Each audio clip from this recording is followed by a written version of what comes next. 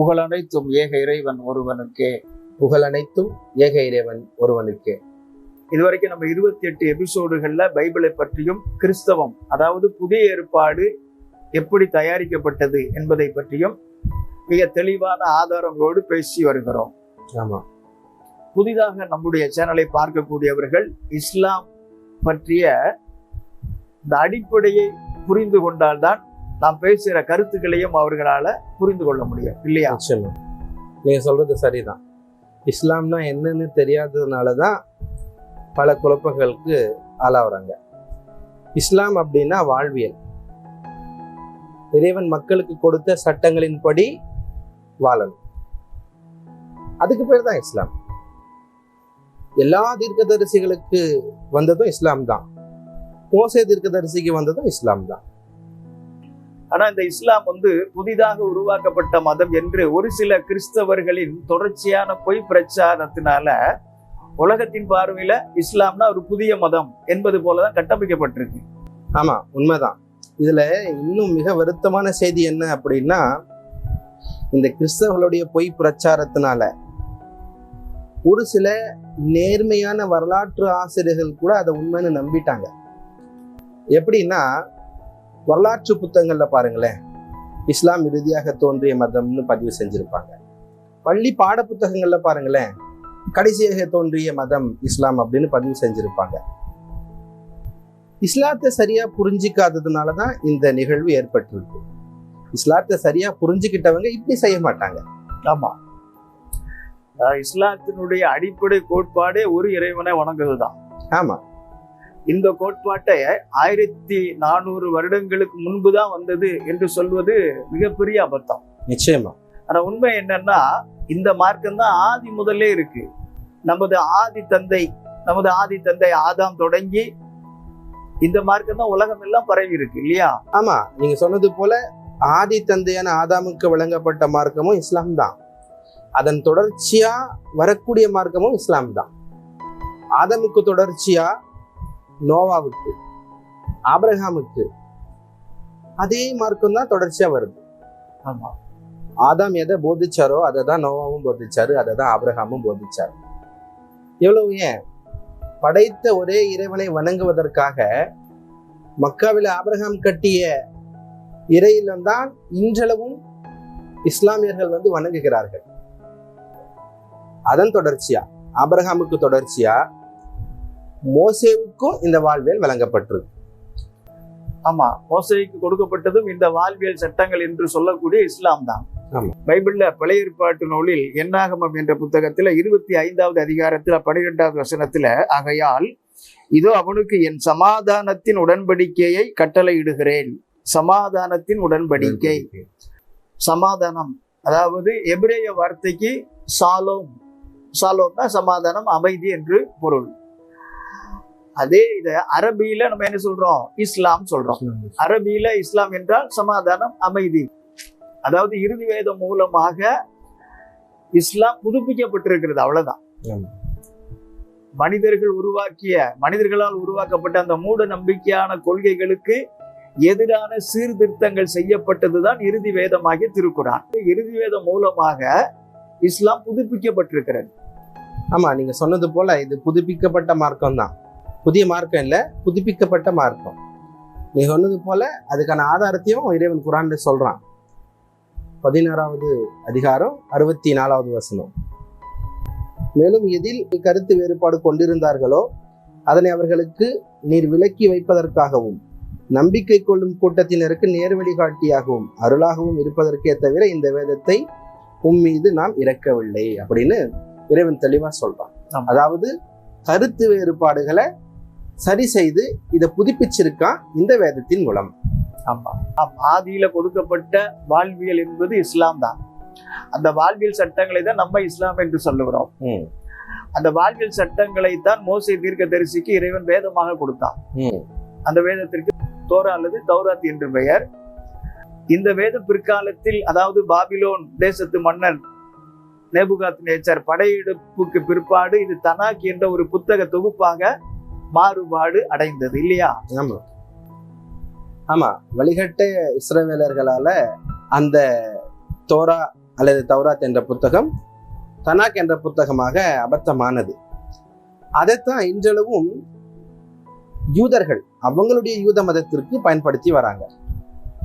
இல்ல, என்னதான் அபத்தமான ஒரு புத்தகத்தை யூதர்கள் வச்சிருந்தாலும் இறையியல் கொள்கையில இறைவன் யார் என்பதுல எந்தவித குழப்பமும் இல்லாம யூதர்கள் தெளிவா தான் இருக்கிறாங்க இல்லையா?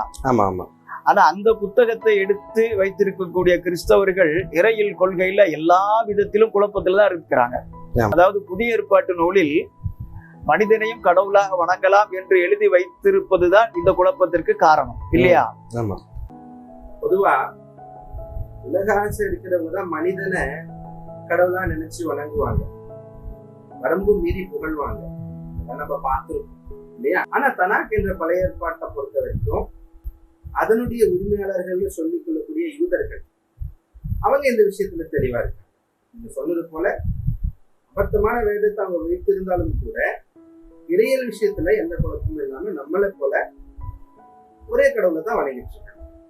ஆனா அந்த வேதம் எங்களுக்கும் ஆவிக்குரிய ரீதியில சொந்தம்னு சொல்லக்கூடிய கிறிஸ்தவர்கள் அந்த வேதத்தை எடுத்து வச்சுக்கொண்டு அந்த வேதம் சொல்லக்கூடிய கருத்துக்கு மாற்றமா வினோதமா பல விதமான கருத்துக்களை சேர்த்து ஒரு புது கடவுள் கொள்கையை உருவாக்கி வச்சிருக்காங்க. இது நூதனமான சிலை வழிபாடு. ஆமா, வினோதமான கொள்கையை தான் இவர்கள் கிறிஸ்தவர்கள் உருவாக்கி வச்சிருக்கிறாங்க. ஒரு பிரிவினர் 3 என்று சொல்லுவாங்க, ஒரு சில பிரிவுகள் 3ம் சேர்த்து ஒன்றுதான் என்று சொல்லுவார்கள், ஒரு சிலர் இயேசு மட்டும்தான் கடவுள்னு சொல்லுவாங்க, ஒரு சிலர் ஜெகோவா தான் கடவுள் என்று சொல்றாங்க, ஒரு சிலர் கடவுளை அவதாரம் எடுத்து வந்தார்னு சொல்லுவாங்க, மாதாவையும் சில கிறிஸ்தவர்கள் வணங்குகிறார்கள். இப்படி கிறிஸ்தவர்களுக்குள்ளேயே கடவுள் விஷயத்துல பல குழப்பங்கள், எத்தனை பிரிவுகள், எத்தனை குழப்பங்கள். அப்படி ஒரு குழப்பமான கடவுள் கொள்கையை உருவாக்க இவங்க பழைய ஏற்பாட்டின் வசனங்களை திரித்தும் ஏமாற்றியும் இயேசுவுக்கு எவ்வாறு இறைத்தன்மையை சேர்த்து புதிய ஏற்பாட்டு நூலை தயாரிச்சிருக்கிறாங்க என்பதைத்தான் நாம் தொடர்ச்சியாக பார்த்து வருகிறோம். அந்த அடிப்படையில் இன்று நாம் ஆய்வுக்காக எடுத்துக்கொண்ட செய்தி ஏசாயா என்ற பெயரில் எழுதப்பட்ட 53வது அதிகாரம். நம்ம கடந்த வீடியோக்கள் எல்லாம் பல வீடியோக்களை சொல்லியிருக்கோம். இயேசு கிறிஸ்துவுக்கு இறைத்தன்மையை சேர்க்கணுன்றதுக்காக 4 விதமான உண்மைக்கு புறம்பான செய்திகளை, அதாவது 4 விதமான பொய்களை கட்டமைத்து புதிய ஏற்பாட்டை தயாரித்திருக்கிறார்கள் அந்த நூலாசிரியர்கள். ஆனா இப்ப நம்ம ஆய்வுக்கு எடுத்துக்கொண்ட இந்த ஏசாயா 53வது அதிகாரத்தை பொறுத்தவரை அவங்க எப்படி கட்டமைச்சிருக்கிறாங்க அப்படின்னா 2 விதமான பொய்களை இதெல்லாம் அவங்க சேர்த்து நம்ம பார்த்து வந்த எல்லா எபிசோடுமே ஒரே வகையான பொய் தான். 4 வகையில ஒரு வகையான பொய்யா இருக்கு.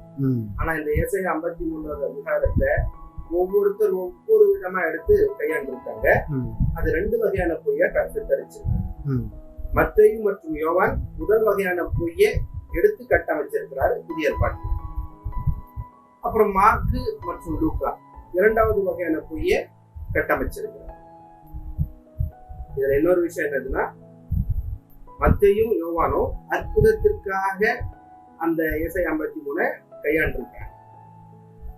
ஆனா மார்க்கும் லூக்காவும் சிலுவை பலிக்காக கையாண்டிருக்காங்க. ஆமா, இதுல பவுல் வேற புதுசா உள்ள நுழைறாரு, சுவிசேஷத்துக்கு சொல்லி இருக்கிறார். ஆமா, ரோமர்ல அதை நம்ம வாசிக்கணும்.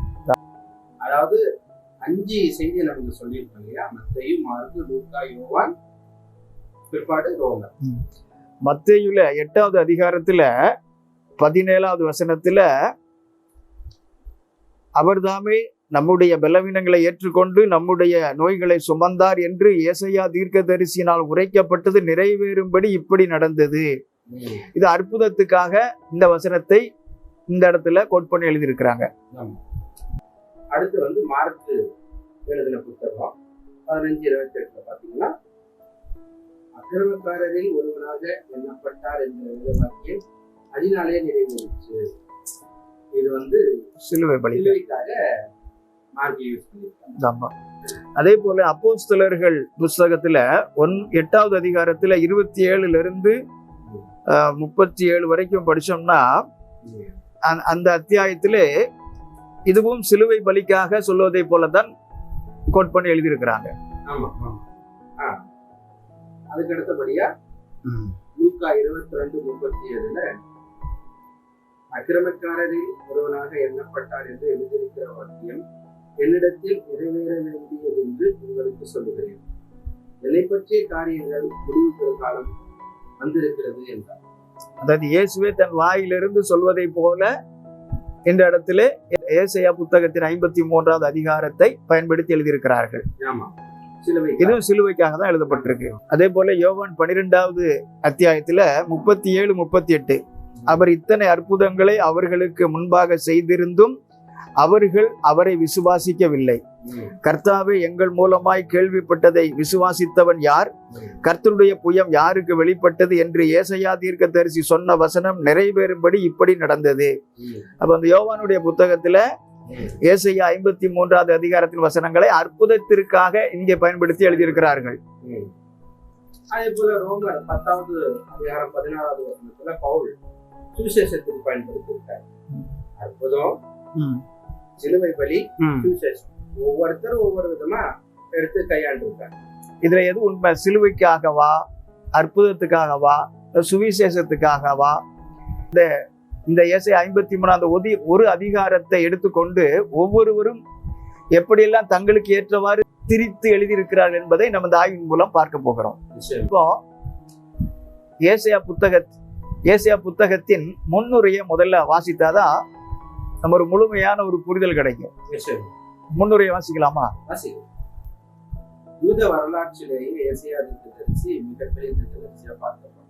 ஆமா, இவர் கிமு 8ஆம் நூற்றாண்டின் பிற்பகுதியை சார்ந்தவர் சொல்லப்படுது. ஆமா, கர்த்தர் புறத்திலிருந்து செய்திகள் வரதை இவர் பதிவு செய்திருக்கிறார். அந்த பதிவுகள் 66 புத்தகங்களா இருக்குன்னு திருச்சபை மரபு சொல்லுது.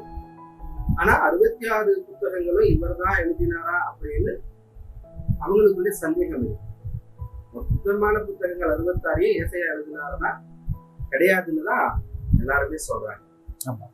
என்ன காரணம் அப்படின்னா, இது வேறு ஆசிரியர்களாலும் எழுதப்பட்டிருக்கலாம் அப்படின்னு நம்பப்படுது. அதனுடைய காலங்களை வைத்து 3ஆ பிரிக்கிறாங்க. இந்த பகுதியிலிருந்து இந்த பகுதி வரையும் தான் ஏசாயா எழுதியிருப்பாரு, அதுக்கடுத்த பகுதி வேற யாரோ எழுதினாரு, அதற்கடுத்த பகுதி வேற யாரோ எழுதினாருன்னு 3 பகுதியா பிரிச்சிருக்காங்க. அதை ஒவ்வொன்றா சுருக்கமா பார்க்கணும். முதல் பகுதி என்னது அப்படின்னா, 1ஆம் அதிகாரத்துல இருந்து 39வது அதிகாரம் வரைக்குமான அந்த அதிகாரங்கள். இதுதான் ஏசாயா தீர்க்கதரிசியால் எழுதப்பட்டது அப்படின்னு நம்பப்படுது. அப்ப மீதமுள்ளவை எல்லாம் ஏசாயாவால் எழுதப்படல. 1 முதல் 39 அத்தியாயங்கள் ஏசாயா தீர்க்கதரிசி தான் எழுதியிருப்பார் என்று நம்புவதற்கு காரணம், அந்த காலகட்டத்தில் அசீரிய நாடு அச்சுறுத்தியதை குறித்து எழுதப்பட்டிருக்கனால அந்த காலத்துல ஏசாயா தீர்க்கதரிசி உயிரோடு இருந்தார். ரொம்ப சரியா சொன்னீங்க. 1 முதல் 39 அதிகாரங்களுக்குள்ள இருக்க செய்திகள் நீங்க சொன்னது போல அசிரிய காலகட்டத்தின் செய்திகளாகவும் அந்த அச்சுறுத்தலுக்கு ஆறுதல் அளிக்கும் செய்திகளாகவும் இருக்கு. நீ சொன்னது போல ஏசாயா தீர்க்கதரிசி அப்ப உயிரோடு இருந்தார், அதனால அவர் எழுதியிருக்க முடியும் அப்படின்னு நம்பப்படுகிறது. நம்புறாங்க. அதுக்கடுத்து 40லிருந்து 55வது அதிகாரம் வரைக்குமான இருக்கக்கூடிய அதிகாரம். இதை தனியா பிரிச்சு 2வது ஏசாயா அப்படின்னு பெயர் போட்டு வச்சிருக்காங்க யூதர்கள். இது ஏசாயாவால் எழுதப்படலன்னு திண்ணமா நம்புறாங்க. ஏன் அப்படின்னா, அவங்களே தெளிவா சொல்றாங்க, இந்த கருத்துக்கள் இருக்கக்கூடிய செய்திகள் எல்லாமே யூதர்கள் பாபிலோன் தேசத்திலே அடிமையாக இருந்த காலகட்டத்திலே, இன்னும் தெளிவா சொல்ல போனா பாபிலோன் தேசத்தில் அடிமையாக இருந்த கடைசி காலகட்டத்திலே இந்த கருத்துக்கள், இந்த செய்திகள் எழுதப்பட்டிருக்கு. அப்ப ஏசாயா தீர்க்கதரிசி உயிரோட இருக்க வாய்ப்பே இல்லை. ஆகவே இந்த பகுதி ஏசாயாவால் எழுதப்படல அப்படின்னு நம்புறாங்க.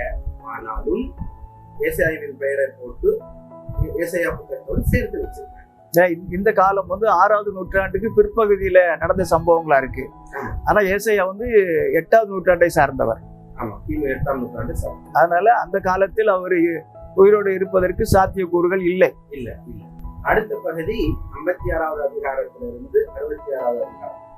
இந்த இடைப்பட்ட அதிகாரங்களை வேற யாரோ எழுதியிருக்கிறார்கள் சொல்றாங்க.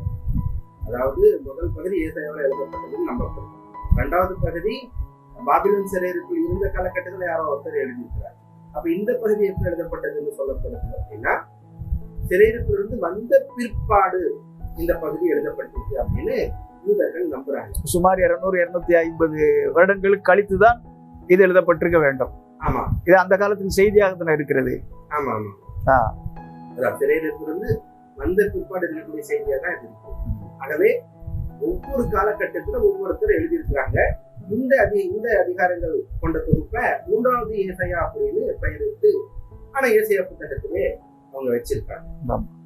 இந்த புத்தகத்தை இவ்வாறு யூதர்கள் 3 பகுதிகளாக பிரிக்க காரணம் என்ன அப்படின்னா, இந்த 3 பகுதிகள்ல முதல் பகுதி மட்டும் ஏசாயா தீர்க்கதரிசியால் எழுதப்பட்டிருப்பதாக நம்புறாங்க.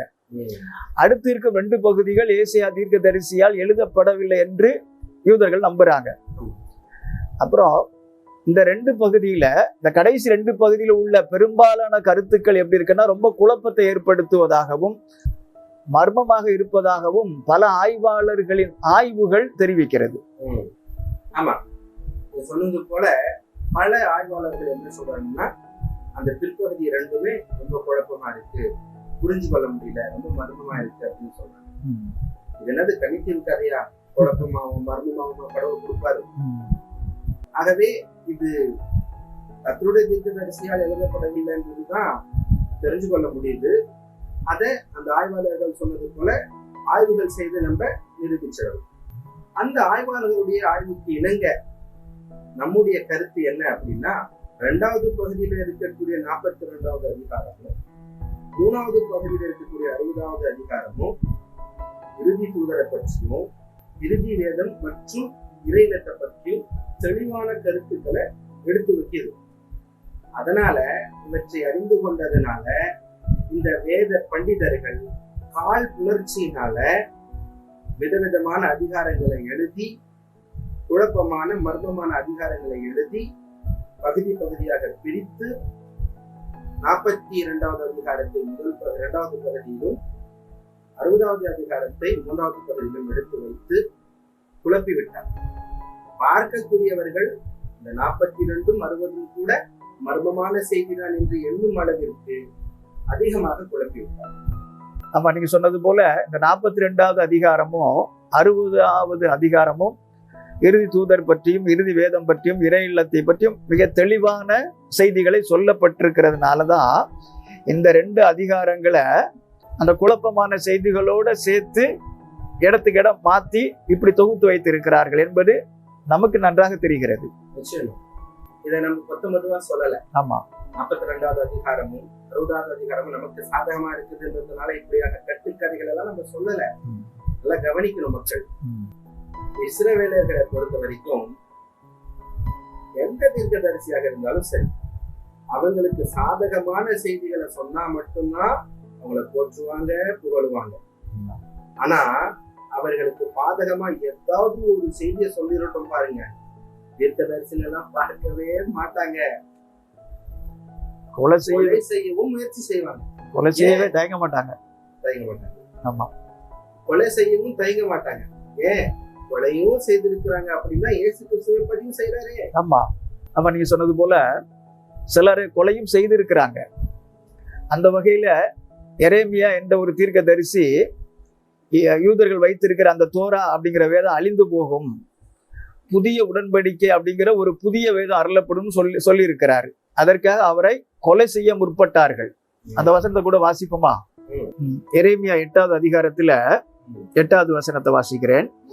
நாங்கள் ஞானிகள் என்றும் கர்த்தருடைய வேதம் எங்களிடத்தில் இருக்கிறது என்றும் நீங்கள் சொல்லுகிறது எப்படி? மெய்யாகவே இதோ வேத பாரகரின் கள்ள எழுத்தாணி அதை அபத்தமாக்குகிறது. அதாவது யூதர்கள் வைத்திருக்கிற அந்த தோராங்கிற வேதம் அபத்தமாயிரும், இல்லாமல் போயிரும் அப்படின்னு எரேமியா சொல்றாரு. இதே கருத்தை எசேக்கியேலும் சொல்லி இருக்கிறாரு.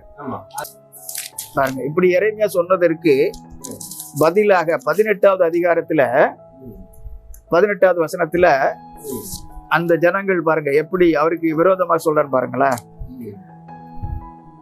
அதற்கு அவர்கள் எரேமியாவுக்கு விரோதமாக ஆலோசனை செய்வோம் வாருங்கள், ஆசாரியரிடத்திலே வேதமும் ஞானிகளிடத்திலே ஆலோசனையும் தீர்க்கதரிசிகளிடத்தில் வசனமும் ஒளிந்து போவதில்லை. இவன் வார்த்தைகளை நாம் கவனியாமல் இவனை நாவினால் வெட்டி போடுவோம் வாருங்கள் என்றார்கள். அதாவது இந்த இடத்துல என்ன சொல்ல வராங்க அப்படின்னா, எரேமியாவுக்கு விரோதமா நம்ம ஆலோசனை செய்வோம் அப்படின்னு சொல்றாங்க.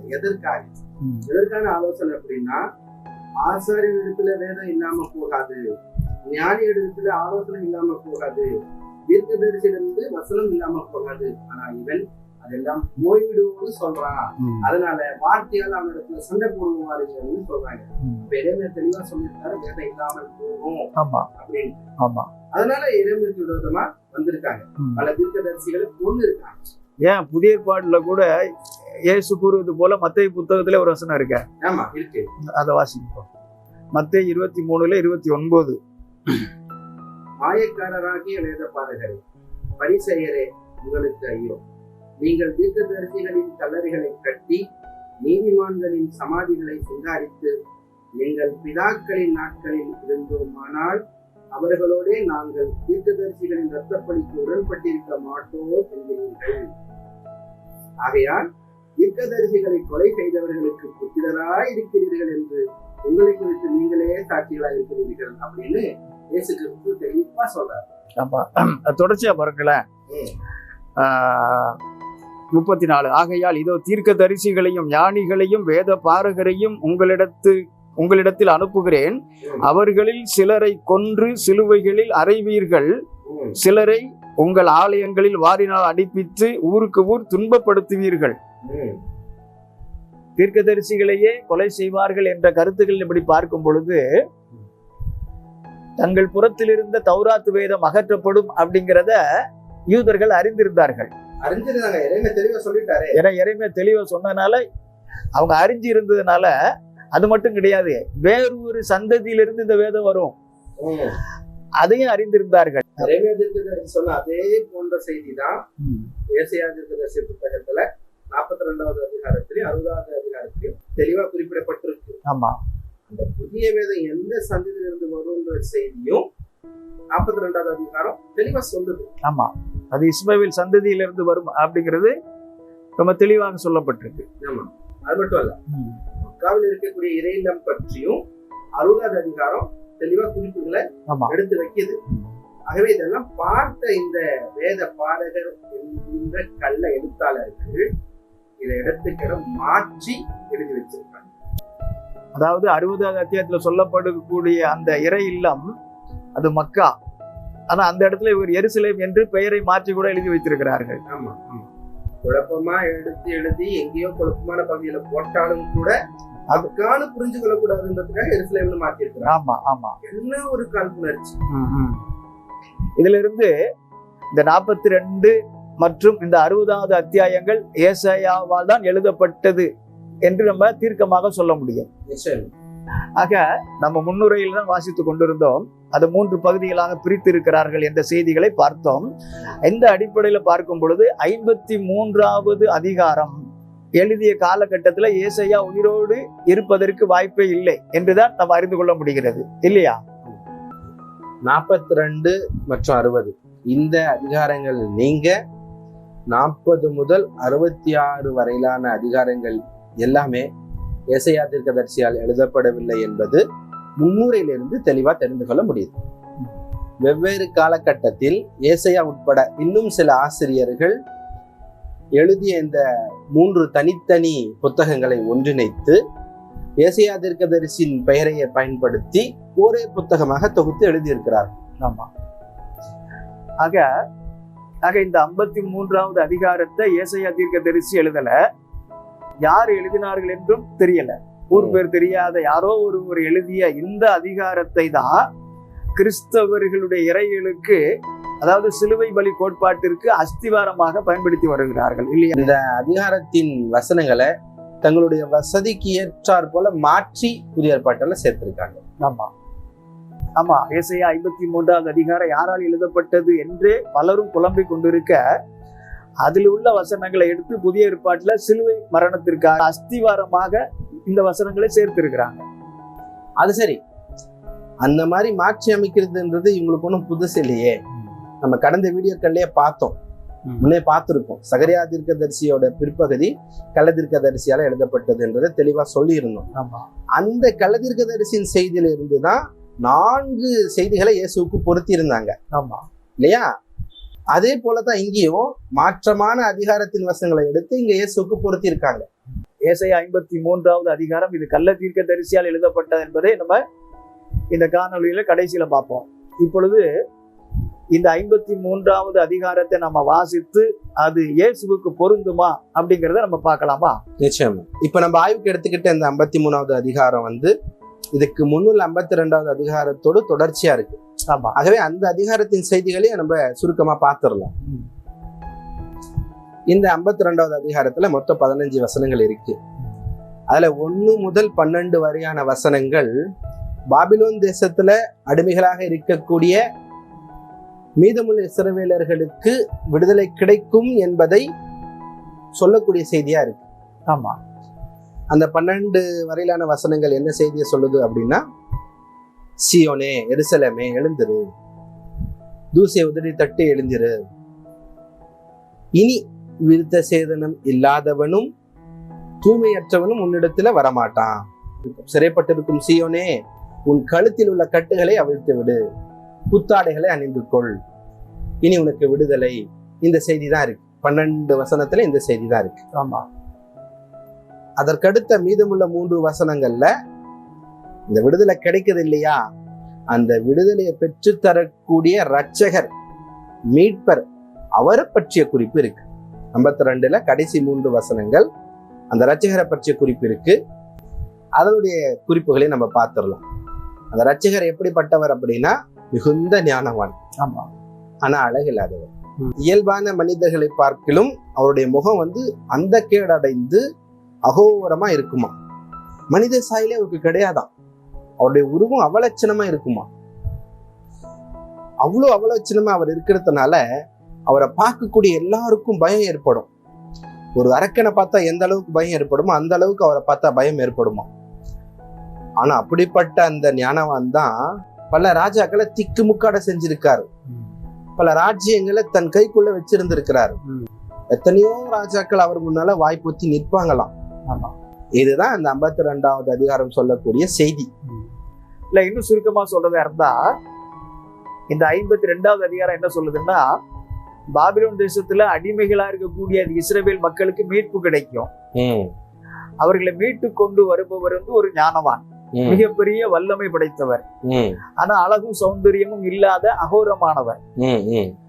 இதற்கு அடுத்து 53வது அதிகாரமும் அந்த ஞானவானை பற்றிய செய்தி தான் சொல்லப்பட்டிருக்கு. 53வது அதிகாரத்தில் சொல்லப்பட்ட அந்த வசனங்களைத்தான் புதிய ஏற்பாட்டு ஆசிரியர்கள் இயேசுக்கு பொருத்தி இருக்கிறாங்க. ஆக இயேசுதான் அந்த ஞானவான் என்று இவர்கள் சொல்ல வராங்க. இது எப்படி இயேசுக்கு பொருந்தும்? எப்படி பொருந்தும்? இயேசு கிறிஸ்து பிறப்பதற்கு பல நூற்றாண்டுகளுக்கு முன்பு பாபிலோன்ல அடிமைகளாக இருந்த இயேசு கிறிஸ்துவனுடைய முன்னோர்களை இயேசுதான் மீட்டு கொண்டு வந்தாராமா? எப்படி சொல்ல வராங்க கிறிஸ்தவர்கள் அந்த ஞானவான் தான் இயேசு கிறிஸ்து அப்படின்னு? இல்ல, அந்த ஞானவான் இயேசுதான் அப்படின்னா அவர் எந்த தேசத்தை ஆட்சி செஞ்சாரு? எந்த தேசத்தை ஆட்சி செஞ்சாரு? அவருக்கு முன்பாக எந்த ராஜாக்கள் பயந்து நடுங்கி நின்றார்கள்? யார் நின்னாங்க? பல கேள்விகள் இருக்கு இல்லையா? நிச்சயமா. சரி, இவங்க கூற்றின்படி அந்த ஞானவான் இயேசு கிறிஸ்து தான் அப்படின்னா, இயேசு என்ன பார்ப்பதற்கு அழகில்லாம இருந்தாரா என்ன? அவருக்கு அவலட்சணமான முகமும் அகோரமான உருவமுமா இருந்தது? இல்லையே. இயேசு கிறிஸ்துவுக்கு பொருத்தமில்லாத நிகழ்வுகள்ல இயேசுவை பொருத்தி பார்ப்பதுல புதிய ஏற்பாட்டு நூலாசிரியர்களுக்கு நிகர் வேறு யாருமே கிடையாது. ஆகவே இந்த 52வது அதிகாரமாக இருக்கட்டும், 53வது அதிகாரமாக இருக்கட்டும், இயேசுவை பற்றியெல்லாம் எந்த செய்தியும் இல்லை. 52ல இஸ்ரவேலுக்கு மீட்பு, அதன் கடைசியில அதை மீட்டு கொண்டு வரும் ஞானவான். 53 அதன் தொடர்ச்சி தானே தவிர்த்து இயேசுவை பற்றி எந்த செய்தியும் இல்லை. இல்ல, நம்ம ஏற்கனவே சொன்னது போல இந்த 52வது அதிகாரத்தில் தொடர்ச்சியாக வரக்கூடிய 53 அதிகாரத்தின் பல வசனங்களை இயேசுக்கு பொருத்தி இருக்கிறாங்க. ஆகவே அந்த 53ஆம் அதிகாரம் முழுவதையும் வாசித்து விடலாம். நிச்சயமா. ஏசாயா பெயரில் எழுதப்பட்ட புத்தகம் 53வது அதிகாரம் 1வது வசனம், எங்கள் மூலமாய் கேள்விப்பட்டதை விசுவாசித்தவன் யார்? கர்த்தருடைய புயம் யாருக்கு வெளிப்பட்டது? அதாவது 52வது அதிகாரத்திலே சொல்லப்பட்ட அந்த செய்தியை விசுவாசித்தவன் யார் என்று இந்த மக்கள் கேட்பது போல இங்க ஆரம்பிக்கப்பட்டிருக்கிறது. ஆமா, இந்த ஞானவான ஒரு சில மக்கள் நம்பினாங்க. அந்த மக்கள் கேட்பது போல இந்த செய்தியை தொகுத்திருக்காங்க. அதுக்கு அடுத்த 2வது வசனம், இளங்கிளியை போலவும் வறண்ட நிலத்திலிருந்து துளிர்க்கிற வேரை போலவும் அவனுக்கு முன்பாக எழும்புகிறார். அவருக்கு அழகும் இல்லை, சௌந்தரியமும் இல்லை. அவரை பார்க்கும் பொழுது நாம் அவரை விரும்பத்தக்க ரூபம் அவருக்கு இல்லாதிருந்தது. ஆமா, அந்த ஞானவான் இளந்தளிரை போலவும் நீர் இல்லாத வறண்ட நிலத்திலே துளிர்த்த ஒரு வேரை போலவும் கர்த்தருக்கு முன்பாக வளர்ந்தாரு. அவருக்கு அழகும் கிடையாது, சௌந்தரியமும் கிடையாது. மனிதர்கள் பார்க்கும் அளவுக்கு அழகான உருவமும் அவருக்கு இல்லாமல் இருந்தது என்றுதான் இந்த வசனம் சொல்லுகிறது. நிச்சயமா. அடுத்த வசனத்தையும் வாசிங்கள். 53:3. அவர் அசட்டை பண்ணப்பட்டவரும் மனுஷரால் புறக்கணிக்கப்பட்டவரும் துக்கம் நிறைந்தவரும் பாடனுபவித்தவருமாய் இருந்தார். அவரை விட்டு நம்முடைய முகங்களை மறைத்து கொண்டோம். அவர் அசட்டை பண்ணப்பட்டிருந்தார், அவரை எண்ணாமற் போனோம். வசனத்துல என்ன சொல்ல வராங்கன்னா, மக்களை மீட்க வந்த அந்த மகானுபாவர் அவரை மக்களே மதிக்கல, அவரை அசட்டை பண்ணி புறக்கணிக்கிறாங்க. அதனால அந்த ஞானவான் மிகவும் மனமுடைந்து போறாரு. என்னடா இது, இந்த மக்களை தானே நம்ம மீட்க வந்தோம், இப்ப இவங்களே என்னை வெறுக்கிறாங்களே, என்னை உதாசனப்படுத்துறாங்களே, என்னுடைய உடல் அமைப்பை வச்சு என்னை கேலி செய்யறாங்களே, என்னை அவமானப்படுத்துறாங்களே அப்படின்னு அதையே சிந்திச்சு மனதுக்குள்ள மிகுந்த கவலை ஆயிடுச்சு. அதுவே ஒரு நோயாவும் மாறிடுச்சு அவருக்கு. ஆமா, ரோமன் கத்தோலிக்க பைபிள்ல அந்த 3வது வசனத்தை வாசிக்கலாமா? ஏசாயா 53:3. நீங்க சொன்னது போல இந்த ரோம கத்தோலிக்க பைபிள்ல தெளிவா சொல்லப்பட்டிருக்கு. நான் வாசிக்கிறேன். அவர் இகழப்பட்டார், மனிதரால் புறக்கணிக்கப்பட்டார், வேதனையுற்ற மனிதராய் இருந்தார், நோயுற்று நலிந்தார், காண்போர் தம் முகத்தை மூடிக்கொள்ளும் நிலையில் அவர் இருந்தார். இந்த ஞானவான் நோய்வாய்ப்பட்டார் அப்படின்னு 3வது வசனம் தெளிவாக சொல்லுகிறது. ஆமா, பாவம், ஏற்கனவே முக அழகும் உடல் அமைப்பு சரியாக இல்லாத இந்த ஊழியர் இப்பொழுது நோயாலும் பாதிக்கப்பட வேண்டிய சூழல் ஏற்பட்டு விட்டது. ஆமா, இப்பொழுது நாம் வாசித்த இந்த 3 வசனங்கள்ல சொல்லப்பட்டுள்ள செய்திகள் இயேசுவுக்கு பொருந்த வாய்ப்பே இல்லை. நிச்சயமா. ஏன்னா இயேசுனுடைய அழகான பாதங்களை மகதலேனா மரியாள் முத்தமிட்டாள் அப்படிங்கிற பதிவு இருக்கு. ஆமா. அப்புறம் இயேசுவின் சீடர்கள்ல ஒருத்தர் அவருடைய மார்பில் சாய்ந்துதான் அவரோடு பேசுவாருங்கிற பதிவும் இருக்கிறது. நிச்சயமா. இயேசு அழகு இல்லாமல் அவலட்சணமாக இருந்தா இவெல்லாம் எப்படி சாத்தியமாகும்? நிச்சயமா. லூக்கா 7:38 இயேசுவின் அழகான பாதத்தை மகதலேனா மரியாள் முத்தமிட்டாள்ங்கிற செய்தி இருக்கிறது. அதுபோல யோவான் 21:20வது வசனத்துல இயேசுவின் மார்பில் ஒரு சீடன் சாய்ந்து பேசுவது போல ஒரு செய்தியும் இருக்கிறது. இயேசுக்கு நோய் ஏற்பட்டு அவர் மெலிந்து இருந்ததான குறிப்புகள் புதிய ஏற்பாட்டில் எங்கும் சொல்லப்படவே இல்லை. இயேசு மிகவும் திடகாத்திரமானவர். கால்நடையாகவே பல கிராமங்களுக்கு கடந்து போனார். அனைத்து பகுதிகளுக்கும் நடந்தே சென்று கர்த்தருடைய ஊழியத்தை செய்தார் என்ற செய்திதான் புதிய ஏற்பாட்டில் சொல்லப்பட்டிருக்கு. ஆமா ஆமா. அது மட்டுமா, தேவாலயத்துல தவறு செய்தவங்களை கூட சாட்டையால் அடிக்கும் அளவுக்கு அவர் உடல்வாகு பெற்றிருந்தார் இல்லையா? ரொம்ப நெளிந்து நோயுற்று இருந்தா அதெல்லாம் செய்ய முடியாது, வாய்ப்பே கிடையாது. ஆமா. அதுக்கடுத்து அந்த ஞானவனை பற்றி சொல்லும் போது மக்கள் அவரை புறக்கணிச்சாங்க அப்படின்னு இருக்கு. ஆனா இயேசுவின் வாழ்க்கையில அப்படி நடந்ததா சரித்திரமே இல்லை. அநேக ஜனங்கள் அவரை பின்பற்றி வந்தாங்க. நீங்க சொன்னது திரளான ஜனங்கள் அவரை பின்பற்றினார்கள் என்ற செய்தி தான் இருக்கு. இந்த ஏசாயா 52-53 சொல்லப்பட்ட அந்த ஞானவான் கூட ஆரம்பத்துல விடகாத்திரமா தான் இருந்தார்ன்ற செய்தி இருக்கே. ஆனா மக்கள் அவரை புறக்கணிச்ச காரணத்தினால அவருக்கு நோய் ஏற்பட்டு ரொம்ப மெலிஞ்சு போயிட்டாரு. அப்போவாவது அவரை பின்பற்றினாங்களா அப்படின்னு பார்த்தா அப்ப இன்னும் மதிக்காத போயிட்டாங்க, புறக்கணித்தார்கள். அப்போ இன்னும் புறக்கணிக்கிறாங்க. அப்ப இது போல இயேசுவின் வரலாற்றுல எங்காவது நடந்திருக்கா? நிச்சயமா இல்ல. ஆரம்பத்துல இருந்தே அவரை பின்பற்றிட்டு தான் வந்தாங்க. இந்த ஞானவானுக்கு ஆரம்பத்திலிருந்து பின்பற்றல, அதனால நோய் ஏற்பட்டது, அதனால உடல் குன்றி போனாரு, அப்பவும் புறக்கணிச்சாங்க. இந்த மாதிரி இயேசுக்கு எங்காவது நடந்திருக்கா? இயேசுக்கு நோய் ஏற்பட்டதாக எந்த பதிவும் கிடையாது, அவர் புறக்கணிக்கப்பட்டதாக செய்தியும் கிடையாது. நிச்சயமா. அப்படின்னா இதெல்லாம் எப்படி இயேசுக்கு பொருந்தும்? ஏன்னா இயேசுனுடைய வாழ்க்கையில அவர் நோய்வாய்ப்பட்டதாக எந்த ஒரு செய்தியும் கிடையாது. அவரை ஜனங்கள் புறக்கணிக்கவும் இல்லை, எல்லான ஜனங்கள் பின் சென்றார்கள் என்றுதான் சொல்லப்படுகிறது. ஆக ஏசாயா 53வது அதிகாரத்தில் சொல்லப்பட்ட செய்திகள் இயேசுக்கு பொருந்தாது. சரி, அடுத்த வசனங்களையும் வாசியுங்கள். அதுக்கு அடுத்து ஏசாயா 53வது அதிகாரத்துல 4, 5, 6 மெய்யாகவே அவர் நம்முடைய பாடுகளை ஏற்றுக்கொண்டு நம்முடைய துக்கங்களை சுமந்தார். நாமோ அவர் தேவனால் அடிபட்டு பாதிக்கப்பட்டு சிறுமைப்பட்டவர் என்று எண்ணினோம். நம்முடைய மீறுதல்களின் நிமித்தம் அவர் காயப்பட்டு நம்முடைய அக்கிரமங்களின் நிமித்தம் அவர் நொறுக்கப்பட்டார். நமக்கு சமாதானத்தை உண்டு பண்ணும் வாக்கினை அவர் மேல் வந்தது. அவருடைய தழும்புகளால் குணமாகிறோம். நாம் எல்லோரும் ஆடுகளைப் போல வழி தப்பி திரிந்து அவனவன் தன் வழியிலே போனோம். கர்த்தரோ நம் எல்லோருடைய அக்கிரமத்தையும் அவர் மேல் விழப்பண்ணினார். இந்த 4, 5, 6 இந்த 3 வசனங்களையும் பார்க்கும் பொழுது இது இயேசு கிறிஸ்துவுக்கு தான் பொருந்தும் என்று கிறிஸ்தவர்கள் தவறாக அர்த்தம் கொள்ளுகிறார்கள். ஆமா. இன்னும் வேறு சிலர் மேலும் கீழும் உள்ள வசனங்கள் வேற யாரையோ குறித்தா கூட இந்த 3 வசனங்கள் அது இயேசுக்கு தான் குறிக்கும் என்று புது விளக்கம் கொடுக்கக்கூடிய கிறிஸ்தவ போதகர்களும் இருக்கிறார்கள். அதாவது பழைய ஏற்பாட்டுல ஒரு அதிகாரத்துல வரக்கூடிய செய்தியில அது வேறு யாராவுக்கு சொன்னதா இருந்தாலும் சரி, வேறு எந்த கருத்தை எடுத்து சொல்லக்கூடியதா இருந்தாலும் சரி, பிட்வீன்ல அந்த இடைப்பட்ட செய்தி திடீரென்று இயேசுவுக்கு குறித்ததாக இருக்கும்னு ஒரு புது அர்த்தம் கொடுக்குறாங்கன்னு சொல்றீங்க இல்லையா? இது மக்களை குழப்புற வேலைங்க. ஆமா. இல்ல, இது காரணம் என்னன்னா அவருடைய நம்பிக்கையின் கண்ணோட்டத்துல அவங்க படிக்கிறதுனால அவங்க இப்படிதான் உளறலான விளக்கத்தை கொடுத்து போதிப்பார்கள். அவங்க 1000 உளரட்டும், அப்படியெல்லாம் இங்க ஒரு செய்தியும் கிடையாது. அது அவங்களுடைய தனிப்பட்ட கற்பனை. அது போலதான் இங்கேயும் பண்றாங்க.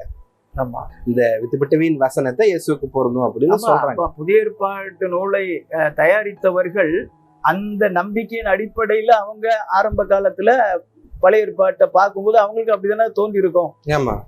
அதனால இப்பொழுது இருக்கக்கூடிய கிறிஸ்தவர்களும் அவர்களும் அதே சிந்தனையில அந்த கண்ணோட்டத்துல பார்க்கனால அவங்களுக்கு அது அப்படிதான் தோன்றுது.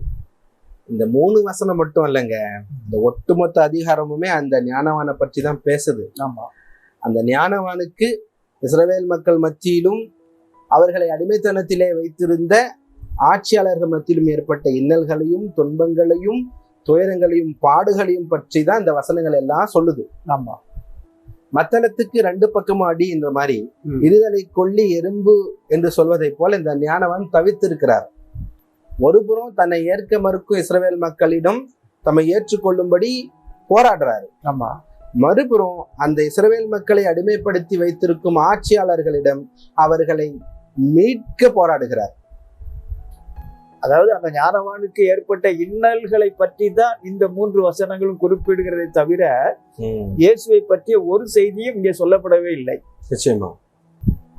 தன் மீது வரும் அந்த ஏச்சு பேச்சுக்களை எல்லாம் எதுவாக இருந்தாலும் அதையெல்லாம் அந்த ஞானவான் சுமந்து கொண்டார் என்றுதான் இந்த வசனங்கள் குறிப்பிடுகிறது. ஆனா நம்ம சொல்லக்கூடிய இந்த செய்திகள் கிறிஸ்தவர்களுக்கு புரியுறது ரொம்ப கடினம், ஏற்றுக்கொள்வதற்கே கஷ்டம். அப்ப எப்படி புரியும் அவங்களுக்கு? ரொம்ப சரியா சொன்னீங்க. அவங்க இதை ஏற்கவே மாட்டாங்க. ஆமா. ஏதோ உளறாங்கன்னு அவங்க தனியா சிந்திச்சுட்டு இருப்பாங்க. ஆமா. எதுவும் உளறல் கிடையாது. அவங்கள போல நம்ம உளறல, புத்தகத்துல இருக்கக்கூடிய செய்தியை நம்ம அப்படியே எடுத்து சொல்றோம்.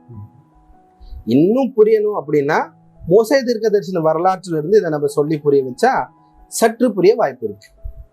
ஆமா. மோசே தீர்க்கதரிசி கூட இந்த ஏசாயா 53ஆம் அதிகாரத்தில் சொல்லப்படக்கூடிய அந்த ஊழியனை போலதான் அவரும் பாடு அனுபவித்து இருக்கிறார் இல்லையா? ஆமா, நிச்சயமா. இஸ்ரவேலுடைய மீட்பை பற்றி பார்வோனிடத்துல மோசே தீர்க்கதரிசி போய் பேசுறாரு. ஆனா பார்வோன் அவரை எள்ளி நகையாடுறான். இஸ்ரவேலுக்கு மீட்பா? யார் சொன்னது? கர்த்தரா? யார் அவரு? எனக்கு தெரியாதே அப்படின்னு ரொம்ப கேவலமா பேசி மோசே தீர்க்கதரிசியை கேலி செய்யறான். அதே போல இந்த பக்கம் இஸ்ரவேல் மக்களும் அவனுக்கு சமமா, பார்வோனுக்கு சமமா மோசே தீர்க்கதரிசி ஏளனம் செய்யறாங்க. அவருக்கு அவ்வப்போது தொந்தரவு செய்து கொண்டே இருக்கிறாங்க. முதலா எகிப்து தேசத்துல இருந்து இவங்க வெளியே வராங்க இல்லையா? அப்போ பின்னால பார்வோனுடைய சேனை வருது. அதை பார்த்து மோசேவை சாடுறாங்க, கோபமா பேசுறாங்க. ஆமா. அதாவது எகிப்துல பிரேத குழிகள் இல்லை என்றா எங்களை இங்கே அழைத்து வந்தாய் அப்படின்னு மோசையை அவமானமா பேசுறாங்க. அதுக்கப்புறம் பாலைவனத்துல தண்ணீர் இல்லையே அப்படின்னு மோசையிட்ட முறுமுறுக்கிறாங்க. அதே போல பாலைவனத்துல எங்களுக்கு உணவு இல்லையே அப்படின்னு மோசையிட்ட கோபமா பேசுறாங்க. அப்புறம் கர்த்தர் மன்னாவை அனுப்புறாரு. ஆனா மன்னாவை சாப்பிட்டு எங்களுக்கு சலிப்பாகி விட்டது, எங்களுக்கு வெங்காயம், வெள்ளை பூண்டு இதெல்லாம் வேணும், வெள்ளரிக்காய் வேணும் அப்படின்னு மோசையிட்ட கோபமா தான் கேட்கிறாங்க. இவற்றை எல்லாம் கேட்ட போது மோசே கர்த்தரிடம் புலம்புறாரு. அந்த வசனத்தை கூட வாசிக்கலாம். என்னாகமத்துல 11:11 வாசிக்கலாம். ஆமா, என்னாகமும் 11வது அதிகாரத்துல அந்த செய்திகள் எல்லாம் இருக்கு. மோசே கிட்ட அவங்க எப்படி எல்லாம் முறுமுறுத்தாங்க, மன்னா சாப்பிட்டு எங்களுக்கு ரொம்ப சலிப்பா போச்சு, எங்களுக்கு வேற உணவெல்லாம் வேணும்னு கேக்குறாங்க. அதை கேட்ட மோசே 11வது வசனத்துல பாருங்க, அப்பொழுது மோசே கர்த்தரை நோக்கி, நீர் இந்த ஜனங்கள் எல்லாருடைய பாரத்தையும் என் மேல் சுமத்தினதினால் உமது அடியானுக்கு உபத்திரவம் வர பண்ணினது என்ன? உம்முடைய கண்களில் எனக்கு கிருபை கிடையாதே போனது என்ன அப்படின்னு சொல்றாரு. இந்த வசனத்துல கர்த்தாவே, நீர் இந்த ஜனங்கள் எல்லாருடைய பாரத்தையும் என் மேல சுமத்தினதுனால அதனாலதான் எனக்கு இந்த உபத்திரம் வந்துச்சு அப்படின்னு கர்த்தர்ட்ட புலம்புறாரு. இப்ப ரொம்ப தெளிவா மோசே சொல்றாரு, மக்களுடைய ஒட்டுமொத்த பாரத்தை என் மேல கடவுள் வர பண்ணினார்னு. இதுக்கு எப்படி கிறிஸ்தவர்கள் வியாக்கியானம் கொடுப்பாங்க? மோசே ஒட்டுமொத்த இஸ்ரவேல் மக்கள் பாவங்களையும் சிலுவையிலே சுமந்தார் அப்படின்னு வியாக்கியானம் கொடுப்பாங்களா என்ன? மோசே தீர்க்கதரிசிக்கு மட்டும் கிடையாது, எல்லா தீர்க்கதரிசிகளுக்கும் இதே நிலைமைதான். ஆமா, அவர்கள் மக்களை நல்வழிப்படுத்த பல இன்னல்களை பொறுத்து கொள்ள வேண்டி இருக்கிறது. நிச்சயமா இதை எல்லா தீர்க்கதரிசிகளும் நன்றாகவே அறிந்திருந்தார்கள். நிச்சயமா. அதாவது எசேக்கியேல் தீர்க்கதரிசியை பார்த்து கர்த்தர், இஸ்ரவேல் ஜனங்களுடைய பாவங்களை 390 நாள் நீ சுமக்க வேண்டும் அப்படின்னும், யூதர்களுடைய பாவங்களை 40 நாட்கள் எசேக்கியேல் சுமக்க வேண்டும் அப்படின்னு சொல்றாரு. அந்த வசனத்தை வாசிக்கலாமா? எசேக்கியேல் 4வது அதிகாரம் 4, 5, 6. நீ உன் இடது பக்கமாய் ஒருக்களித்து படுத்து அதன் மேல் இஸ்ரவேல் வம்சத்தாரின் அக்கிரமத்தை சுமத்திக்கொள். நீ அந்த பக்கமாய் ஒருக்களித்திருக்கும் நாட்களில் இலக்கத்தின்படியே அவர்களுடைய அக்கிரமத்தை சுமப்பாய். அவர்களுடைய அக்கிரமத்தின் வருஷங்களை உனக்கு நாட்கணக்காய் என்ன கட்டளையிட்டேன். 390 நாட்கள் வரைக்கும் நீ இஸ்ரவேல் வம்சத்தாரின் அக்கிரமத்தை சுமக்க வேண்டும். நீ இவைகளை நிறைவேற்றின பின்பு மறுபடியும் உன் வலது பக்கமாய் ஒருக்களித்து யூதா வம்சத்தாரின் அக்கிரமத்தை 40 நாள் வரைக்கும் சுமக்க வேண்டும்.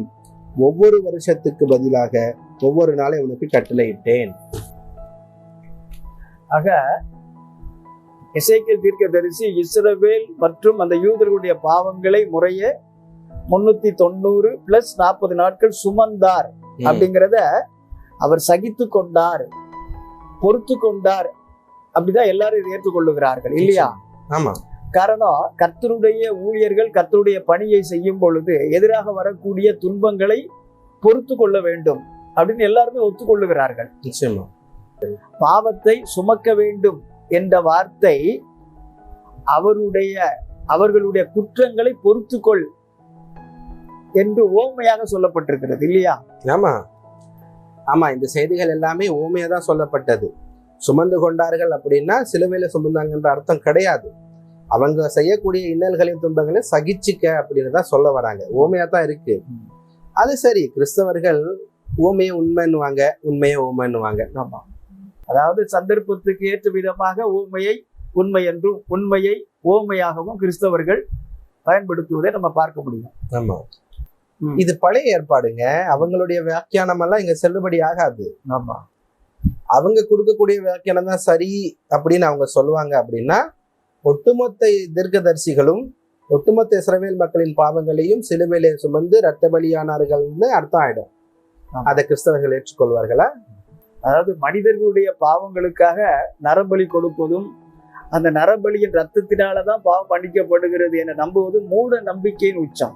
ஆமா, யூதர்களுடைய பழைய ஏற்பாட்டை பொறுத்தவரை இது கர்த்தருக்கு அருவருப்பான காரியமாக தான் இருக்குது இல்லையா? ஆமா, பாவங்களை மன்னிக்க கூடியது கர்த்தருங்க. காணிக்கையா நீ ஆட்டையோ மாட்டையோ புறாவையோ அல்லது மாவையோ எதை கொண்டு வந்தாலும் உள்ளத்திலே பயபக்தியோடு கொண்டு வர வேண்டும். அப்படி இல்லைன்னு வைங்க, கர்த்தர் அதை அங்கீகரிக்க மாட்டார். வெறுமனே காணிக்கையால பலி செலுத்துவதால பாவம் மன்னிக்கப்படுவதில்லை. கர்த்தருக்கு பயப்படுகிற பயமும் பாவத்தை அறிக்கை பண்ணுகிற மனமும் இருக்கணும். இது இருந்தா மட்டும்தான் கர்த்தர் பாவங்களை மன்னிப்பார். இதை மறந்து ரத்தம் சிந்துவதால் தான் பாவம் மன்னிக்கப்படுகிறது, ரத்தம் சிந்துதல் இல்லாமல் பாவம் மன்னிப்பில்லை என்று சொல்வது, பிதற்றுவது பழைய ஏற்பாட்டுக்கு விரோதமானது, கர்த்தருடைய கட்டளைக்கு எதிரானது. நிச்சயமாக நாம் ஏற்கனவே சொன்னது போல மனிதர்களுடைய பாவங்களுக்காக நரபலி கொடுப்பது, அந்த நரபலியின் ரத்தத்தினாலதான் மனிதர்களுடைய பாவங்கள் மன்னிக்கப்படுகின்றன என நம்புவது மிகப்பெரிய மூட நம்பிக்கை. நிச்சயமா இது பழைய ஏற்பாட்டுக்கே எதிரானது, விரோதமானது. ஆமா. எரேமியா தீர்க்கதரிசியின் புத்தகம் 19வது அதிகாரம் 5வது வசனம், தங்கள் பிள்ளைகளை பாகாலுக்கு தகன பலிகளாக தகனிக்கும்படி பாகாலின் மேடைகளை கட்டினபடியினாலும் இப்படி வரப்பண்ணுவேன். இவைகளை நான் கற்பித்ததும் இல்லை, சொன்னதும் இல்லை, இவைகள் என் இருதயத்தில் தோன்றினதும் இல்லை. இது போன்ற நரபலி கொள்கை கர்த்தர் சொன்னதும் கிடையாது, கற்பித்ததும் கிடையாது, கர்த்தருடைய இருதயத்துல தோன்றினதும் இல்லை என்றுதான் இந்த வசனம் மூலம் தெரிந்து கொள்ள முடிகிறது, இல்லையா? நிச்சயமா. அதே போல ஒருவருடைய பாவத்தை மற்றொரு சுமக்க முடியாது என்பதும் பழைய ஏற்பாட்டில் சொல்லப்பட்ட ஒரு மாறாத உடன்படிக்கையாகத்தான் இருக்கிறது. உபாகமம் 24:16 அதை வாசிங்க. நிச்சயம். உபாகமம் 24வது அதிகாரம் 16வது வசனம், பிள்ளைகளுக்காக பிதாக்களும் பிதாக்களுக்காக பிள்ளைகளும் கொலை செய்யப்பட வேண்டாம். அவன் செய்த பாவத்தின் நிமித்தம் அவன் கொலை செய்யப்பட வேண்டும். மோசேயின் இந்த சட்டத்தை தான் ஏசாயாவும் பின்பற்றினார். மோசேயினுடைய இந்த சட்டத்தை தான் இயேசுவும் இயேசுவை பின்பற்றிய யூத கிறிஸ்தவர்களும் பின்பற்றினார்கள். நிச்சயமா நீங்க சொன்னது போல இந்த சட்டத்தை தான் ஏசாயா தீர்க்கதரிசியும் அதன் தொடர்ச்சியா இயேசுவை பின்பற்றிய நல்லடியார்களும் உண்மையான இஸ்லாமியர்களும் பின்பற்றினாங்க. அப்படி இருக்கும் பொழுது இயேசு கிறிஸ்து மனிதகுல பாவங்களுக்காக சிலுவையிலே மரித்தார், நரபலியாக ரத்தம் சிந்தினார் என்று சொல்வதும், உலக மக்கள்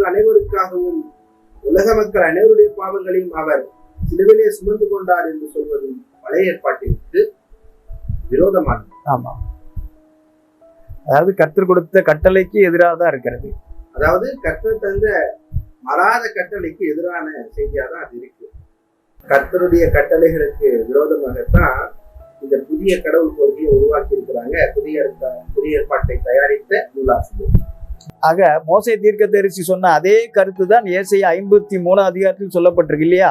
ஆமா, அந்த 3 வசனத்துக்கு இவ்வளவு பெரிய விளக்கத்தை கொடுக்க வேண்டியதா இருக்கு. ஏன்னா கிறிஸ்தவர்களுக்கு இது புரிவது கடினன்றதுனாலதான் மோசேல தொடங்கி எல்லா தீர்க்கதரிசி செய்ய நம்ம சொல்லியிருக்கோம்.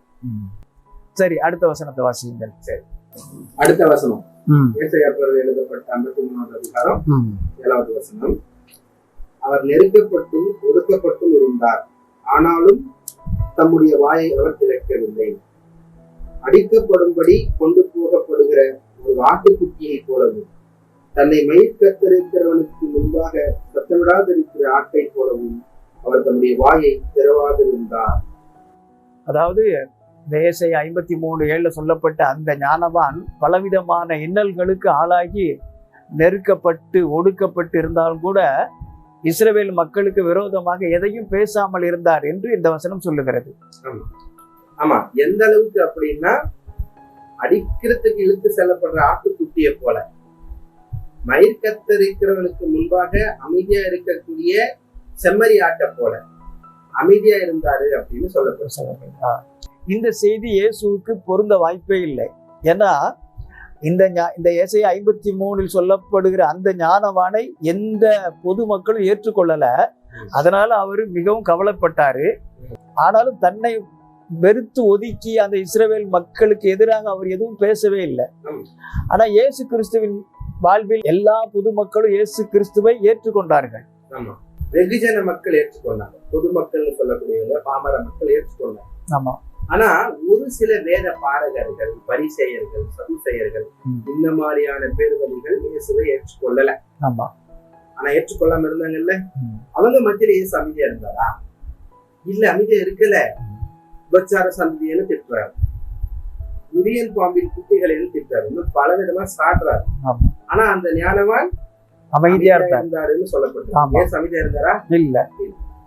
ஆக இந்த வசனங்களும் இயேசுவுக்கு பொருந்தவில்லை என்பதை தெளிவாக அறிந்து கொள்ள முடிகிறது. சரி, மீதமுள்ள வசனத்தையும் வாசிப்போமா? ஏசாயா 53வது அதிகாரத்துல 8 முதல் நான் வாசிக்கிறேன். இடுக்கணிலும் நியாய தீர்ப்பிலும் இருந்து அவர் எடுக்கப்பட்டார், அவருடைய வம்சத்தை யாரால் சொல்லி முடியும்? ஜீவன் உள்ளோருடைய தேசத்தில் இருந்து அறுப்புண்டு போனார், என் ஜனத்தின் மீறுதலின் நிமித்தம் அவர் வாதிக்கப்பட்டார். துன்மார்க்கரோடே அவருடைய பிரேத குழியை நியமித்தார்கள். ஆனாலும் அவர் மரித்த போது ஐஸ்வர்யவானோடே இருந்தார். அவர் கொடுமை செய்யவில்லை, அவர் வாயில் வஞ்சனை இருந்ததும் இல்லை. கர்த்தரோ அவரை நொறுக்க சித்தமாகி அவரை பாடுகளுக்கு உட்படுத்தினார். அவருடைய ஆத்துமா தன் குற்ற நிவாரண பலியாக ஒப்பு கொடுக்கும் போது அவர் தமது சந்ததியை கண்டு நீடித்த நாளாயிருப்பார். கர்த்தருக்கு சித்தமானது அவர் கையினால் வாய்க்கும். அவர் தமது ஆத்தும வருத்தத்தின் பலனை கண்டு திருப்தியாவார். என் தாசனாகிய நீதிபரர் தம்மை பற்றும் அறிவினால் அநேகரை நீதிமான்களாக்குவார். அவர்களுடைய அக்கிரமங்களை தாமே சுமந்து கொள்வார். அவர் தம்முடைய ஆத்துமாவை மரணத்தில் ஊற்றி அக்கிரமக்காரரில் ஒருவராக எண்ணப்பட்டு அநேகருடைய பாவத்தை தாமே சுமந்து அக்கிரமக்காரருக்காக வேண்டிக் கொண்டது நிமித்தம் அநேகரை அவருக்கு பங்காக கொடுப்பேன். பலவான்களை அவர் தமக்கு கொள்ளையாக பங்கிட்டுக் கொள்வார். இந்த அதிகாரத்திலே சொல்லப்பட்டுள்ள ஞானவான் இஸ்ரவேல் மக்களின் மீட்புக்காக ஆட்சியாளர்களும் போராடினார் அப்படின்ற செய்தியை முன்பே சொல்லியிருந்தோம். அதன் பிறகு என்ன நடந்துச்சு இந்த செய்தினா இந்த 8 முதல் 12 வரையிலான வசனங்கள் சொல்லுது. இஸ்ரவேலை அடிமைப்படுத்தி வைத்திருந்த அந்த ஆட்சியாளர்கள் இந்த ஞானவான் அவர்களுடைய மீட்புக்காகத்தான் போராடுறாரு அப்படின்றது தெரிஞ்சுட்டு அவரை கைது பண்றாங்க. அதோடு நிற்காம பல அக்கிரமக்காரர்கள் இருக்கக்கூடிய பயங்கரமான சிறையில அவரை சிறைப்படுத்துறாங்க. அத்தோடு அவங்க நிக்கல, இன்னும் அவருக்கு பல துன்பங்களை கொடுக்குறாங்க. ஆனாலும் அந்த ஞானவான் இஸ்ரவேலின் மீட்புக்காகத்தான் போராடிட்டே இருக்கிறார். இவ்வளவு நடந்தும் அந்த ஆட்சியாளர்களை பற்றி அந்த ஞானவான் எதுவும் பேசல, வாய் திறக்கவே இல்லை. ஆனா அவர் எந்த தவறும் செய்யல. இஸ்ரவேலுக்காக மீட்பு என்ற ஒரே காரணத்தினாலதான் அவரை இப்படி கொடுமைப்படுத்தினாங்க, சிறைப்படுத்தினாங்க. ஏற்கனவே அவருக்கு உடல் அமைப்பு சரியில்லைன்னு சொல்லப்பட்டிருக்கு. ஏற்கனவே உருக்குலைச்சி இருக்கிறார் அவர். அவரை இன்னும் அடித்து துன்பப்படுத்தியதுனால அவருடைய உடல்நிலை ரொம்ப மோசமாயிருக்கு. அதனால அவரை காயப்படுத்தினாங்கல்ல, துன்பப்படுத்தினாங்கல்ல, அந்த ஆட்சியாளர்கள் அவ்வளவுதான், இன்னும் சிறிது நேரத்தில் அவர் மறிச்சிருவார் போல அப்படின்னு நினைச்சு என்ன பண்றாங்க, துன்மார்க்க மத்தியில தீய மக்களை பதிக்கக்கூடிய அந்த இடத்துல இந்த ஞானவானுக்கும் ஒரு உதவிய தயார் செய்யறாங்க. ஆனால் கர்த்தர் அவரை காப்பாற்றினார். தன் உயிரே போனாலும் பரவாயில்லை, இஸ்ரவேல் மக்களுக்கு மீட்பு கிடைக்கணும்னு தன் உயிரை துச்சமாக மதித்து களத்துல இறங்கி அதிகமா அவர் போராடுனதுனால கர்த்தர் அவரை மறிக்க விடாம காப்பாற்றினார். காப்பாற்றப்பட்ட அவருக்கு கர்த்தர் நீண்டாயில கொடுத்தார். முன்பு வெறுத்தாங்கல்ல, அவங்க எல்லாம் பின்பற்றினாங்க அவரை. இவ்வளவு ஒரு அற்புதம் நடந்திருக்கே, ஒரு உண்மையிலே கர்த்தருடைய ஊழியர் நினைச்சு அந்த மக்கள் பின்பற்றினாங்க. அது மட்டும் இல்ல, பல துன்மார்க்கரை இந்த ஞானவான் நீதிமான மாத்தினார். அவர் வாழும் காலம் எல்லாம் நல்ல முறையில வாழ்ந்திருக்கிறார். பின்பு தம்முடைய சந்ததியிலெல்லாம் கண்டு பூரண ஆயுசுலதான் அவர் மரணம் அடைஞ்சிருக்கிறார். அப்படி அவர் மரணம் அடையும் போது அவருடைய பூத உடலை செல்வந்தர்களை புதிக்கக்கூடிய இடத்துல நல்லடக்கம் செஞ்சிருக்கிறாங்க. இதுல எந்த செய்தியாவது இயேசு கிறிஸ்துவுக்கு பொருந்த வகையில இருக்கா? ஒரு செய்தி கூட இல்லை. கிறிஸ்தவர்கள் சிந்தித்து பார்க்கும், இயேசு கிறிஸ்துவின் காலத்துல யூதர்களை வேச்சின மன்னன் ஒருத்தர் ஆட்சி செஞ்சான். ஆனா யூதர்கள் அடிமைகளா இல்லையே. அவங்க அடிமைகளாக இருந்தாதானே இயேசு கிறிஸ்து அவங்களுடைய மீட்புக்காக போராட முடியும். ஆனா இந்த ஞானவான் இஸ்ரவேலின் மீட்புக்காக போராடினார்னு பதிவு செய்யப்பட்டிருக்கு. இயேசுவின் வரலாற்றுல அப்படியெல்லாம் எதுவுமே கிடையாது.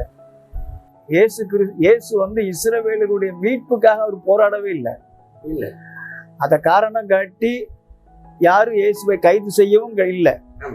இயேசுவை வேற ஒரு காரணத்திற்காக தான் கைது செய்தார்கள் என்று புதிய ஏற்பாட்டை தயாரித்தவர்கள் எழுதி வைத்திருக்கிறார்கள். அந்த ஞானவான் தன்னை கைது செய்ததை குறித்து எதுவுமே பேசவில்லை என்றுதான் 53வது அதிகாரம் சொல்லுகிறது. ஆனால் இயேசு கிறிஸ்து கைது செய்த பிற்பாடும் பேசினார் என்றுதான் புதிய ஏற்பாட்டில் எழுதப்பட்டிருக்கிறது, இல்லையா? ஆமா. அதே போல அந்த ஞானவான் செத்து போடுவார்கள் அப்படின்னு நினைச்சு அவருக்கு துன்மார்க்கர் மத்தியில ஒரு புதுக்குடிய தயார்படுத்தி இருக்கிறாங்கன்னு இந்த 53வது அதிகாரம் சொல்லுது. ஆமா. ஆனால் இயேசுவுக்கு ஒரு ஆள் சென்று வரும் அளவிற்கான மிகப்பெரிய கல்லறை தயார் செய்யப்பட்டிருந்தது அப்படின்னா புதிய ஏற்பாட்டை தயாரிச்சவங்க எழுதி வச்சிருக்கிறாங்க. அந்த கல்லறை, அது கூட அந்த கல்லறை துன்மார்க்கர் புதைக்கும் இடத்துக்கு பக்கத்துல இருந்ததுன்றதால எந்த செய்தியும் கிடையாது. 53வது அதிகாரத்துல அந்த ஞானவான் உயிர் போகும் நிலையில காப்பாற்றப்பட்டார் அப்படிங்கிற செய்தி இருக்கிறது. ஆனால் இயேசு மரித்து விட்டார் என புதிய ஏற்பாட்டில் எழுதி வைத்திருக்கிறார்கள். கர்த்தரால் காப்பாற்றப்பட்ட அந்த ஞானவான் நீண்ட காலம் வாழ்ந்து தன்னுடைய சந்ததிகள் எல்லாம் கண்டு பின்பு மரணம் அடைந்தார். அவரை செல்வந்தர் மத்தியில புதைச்சாங்க அப்படின்ற பதிவு இதுல இருந்து அவர் திருமணமானவர் என்பதை தெரிந்து கொள்ள முடிகிறது. நிச்சயமா. ஆனா இயேசு கிறிஸ்துவ இப்படி எல்லாம் நடந்ததா? இல்லவே இல்லை. அவர் மரித்து போனார்ன்ற செய்திதான் இருக்கு. மீண்டும் உயிர்த்தெழுந்தாருன்னு சொல்றாங்க. மீண்டும் உயிர்த்தெழுந்தாரே, அப்போதாவது நீண்ட காலம் வாழ்ந்தாரா? இல்ல. சந்ததிகளை கண்டாரா? இல்ல. செல்வந்தர்கள் மத்தியில் அடக்கம் பண்ணப்பட்டாரா? இல்ல. எதுவுமே கிடையாது. 53 அதிகாரத்தில் சொல்லப்படும் அந்த ஊழியர் அவர் சந்ததியை பார்த்து மகிழ்ந்தார்ங்கிற செய்தி இருக்கு இல்லையா? சந்ததிங்கிற வார்த்தைக்கு எபிரேய மொழியில ஜெரா என்ற வார்த்தை சொல்லப்படுகிறது. அதாவது பிசிக்கல் சில்ட்ரன். தகப்பனுடைய வித்தில் பிறக்கும் பிள்ளைக்கு தான் ஜெராங்கிற அர்த்தம். ஆகவே 53வது அதிகாரத்துல சொல்லப்படக்கூடிய அந்த ஊழியன் திருமணமானவர் என்பது உறுதியாக தெரிகிறது. ஆகவே இந்த வசனத்தில் சொல்லப்படக்கூடிய ஊழியன் திருமணமானவர் என்பது தெளிவாக தெரிகிறது. ஆக நம்ம வாசித்த செய்திகள் பார்க்கும்போது ஒரு செய்தி கூட இயேசுவுக்கு போறதுல என்பது தெளிவா தெரிஞ்சுக்கொள்ள முடியும். அது மட்டும் இல்ல, இன்னொரு சர்ப்ரைஸ் என்ன அப்படின்னா, இந்த ஏசாயா 52 மற்றும் 53 சொல்லப்பட்ட ஞானவான் கூட ஒரு கற்பனை கதாபாத்திரம் தான் ரொம்ப தெளிவா தெரிஞ்சுக்கொள்ள முடியுது. ஏனென்றால் இஸ்ரவேல் மக்கள் பாபிலோன் தேசத்திலே அடிமைகளாக இருந்த காலகட்டத்திலே அவர்களை அடிமைத்தனத்திலிருந்து மீட்டு கொண்டு வந்ததில் 4 பேருக்கு அதிக பங்கு இருக்கிறது. அவர்களுக்கு மட்டும்தான் பங்கு இருக்கிறது. ஆகவே அந்த 4 வரை பற்றி இந்த இடத்திலே அறிந்து கொள்வது மிகவும் அவசியமா இருக்கிறது. முதலாவது எஸ்ரா. இந்த எஸ்ரா நியாயப்பிரமாண சட்டங்களை நன்கு அறிந்திருந்தவர். அவரை பின்பற்றிதான் சிறையிருப்பிலிருந்து வெளிவந்த அந்த யூத ஜனங்கள் தங்களுடைய பழைய வாழ்க்கைக்கு திரும்புகிறார்கள். நியாயப்பிரமாணத்தின் சட்டங்களை, அதனுடைய கட்டளைகளை அவரை பார்த்துத்தான் மக்கள் கற்றுக்கொண்டார்கள். இந்த யூத மக்களை நியாயப்பிரமாணத்தின்படி நடக்க செய்தவர் எஸ்ரா. அதே போல 2ஆம் தேவாலயம் கட்டப்பட்ட பிற்பாடு அதிலே வழிபாடு செய்யவும் வழி நடத்தினது எஸ்ரா தான். அடுத்து நெகேமியா. இவர் கிமு 5வது நூற்றாண்டை சேர்ந்த ஒரு யூத தலைவர். அதாவது பாபிலோனிய சிறையிலிருந்து யூதர்கள் விடுவிக்கப்பட்ட பின் ஜெருசலேமின் சுவர்களை மீண்டும் கட்டி எழுப்பினதற்கு முக்கிய பங்காற்றியவர். மக்களை மீட்டு கொண்டு வருவதில் எஸ்ராவுக்கு உறுதுணையாகவும் இருந்தவர் இந்த நெகேமியா. அடுத்து செருபாபேல். இவர் கிமு 5ஆம் நூற்றாண்டில் வாழ்ந்த ஒரு யூத தலைவர். இவர் பாரசீக பேரரசின் கீழ் யூத தேசத்திற்கான ஆளுநராக பணியாற்றியவர். அது மட்டும் இல்லாம மீண்டும் ஆலயம் கட்டப்பட்ட போது, சிறையிருப்பிலிருந்து திரும்பி ஆலயம் கட்டப்பட்ட போது அந்த ஆலய கட்டுமான பணிக்கும் புனரமைப்பிற்கும் முக்கிய பங்காற்றியவர். அதற்கு அடுத்தபடியாக சைரஸ், கோரேஸ் என்று சொல்லக்கூடிய இந்த மன்னன் பெர்சியா நாட்டை சேர்ந்தவர். இவர் அடிமைத்தனத்தில் இருந்த இஸ்ரவேலர்களை இவர்தான் விடுவிக்கிறார்.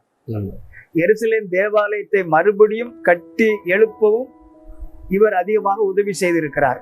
ஆகவே பாபிலோன் தேசத்தில் அடிமைகளாக இருந்த இஸ்ரவேலர்களை மீட்டு கொண்டுவதற்கு கோரேசு மன்னர் ஒரு முக்கிய பங்காக இருக்கிறார்.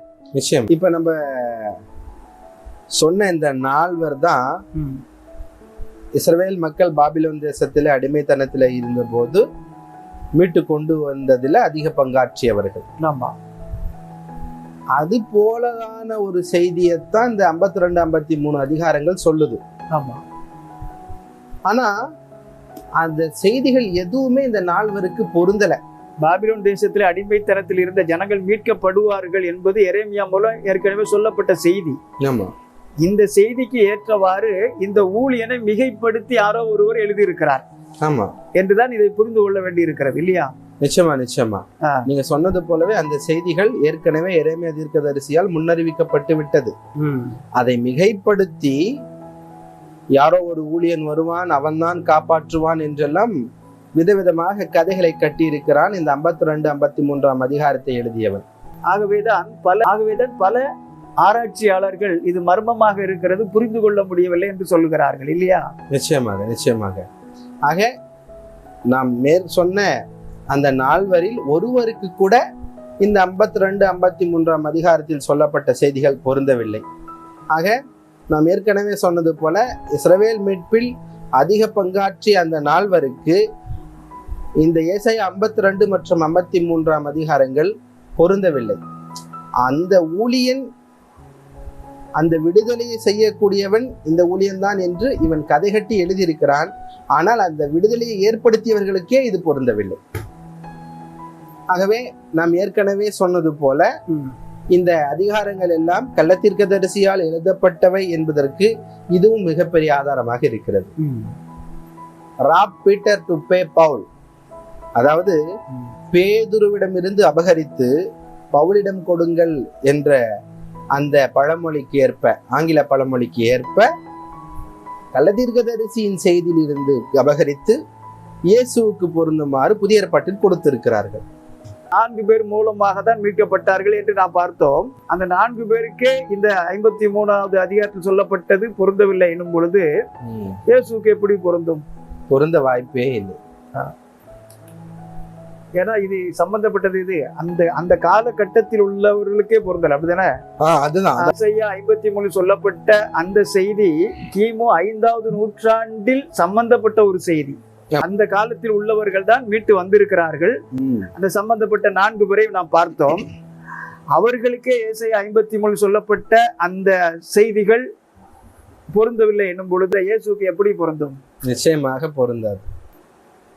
கிறிஸ்தவர்கள் ஆனால் கண்மூடித்தனமாக இதை நம்புகிறார்கள். ஆமா, அவங்களுடைய அந்த சிலுவை பலி கோட்பாட்டுக்கே இதைதான் அஸ்திவாரமா வைக்கிறாங்க. புதிய ஏற்பாட்டு நூல்ல ஒரு பொய்யான ஒரு புதிய கொள்கையை உருவாக்குவதற்கு எவ்வளவு ஏமாற்று வேலைகள், எவ்வளவு வசன திரிபுகள் செய்திருக்கிறார்கள் என்பதை உண்மையை தேடுகிற ஞானம் உள்ளவர்கள் இந்த நிகழ்ச்சி மூலமாக இந்த உண்மைகளை தெளிவாக அறிந்து கொள்வார்கள். இதை போல மற்றொரு ஆய்வுடன் மீண்டும் சந்திப்போம். தொடர்ந்து எங்களோடு இணைந்திருக்க இந்த சேனலை சப்ஸ்கிரைப் செய்ய மறவாதீர்கள். கர்த்தர் உங்களை ஆசீர்வதிப்பாராக. கர்த்தர் உங்களை நேரான பாதையில் வழி நடத்துவாராக. ஆமீன். ஆமீன்.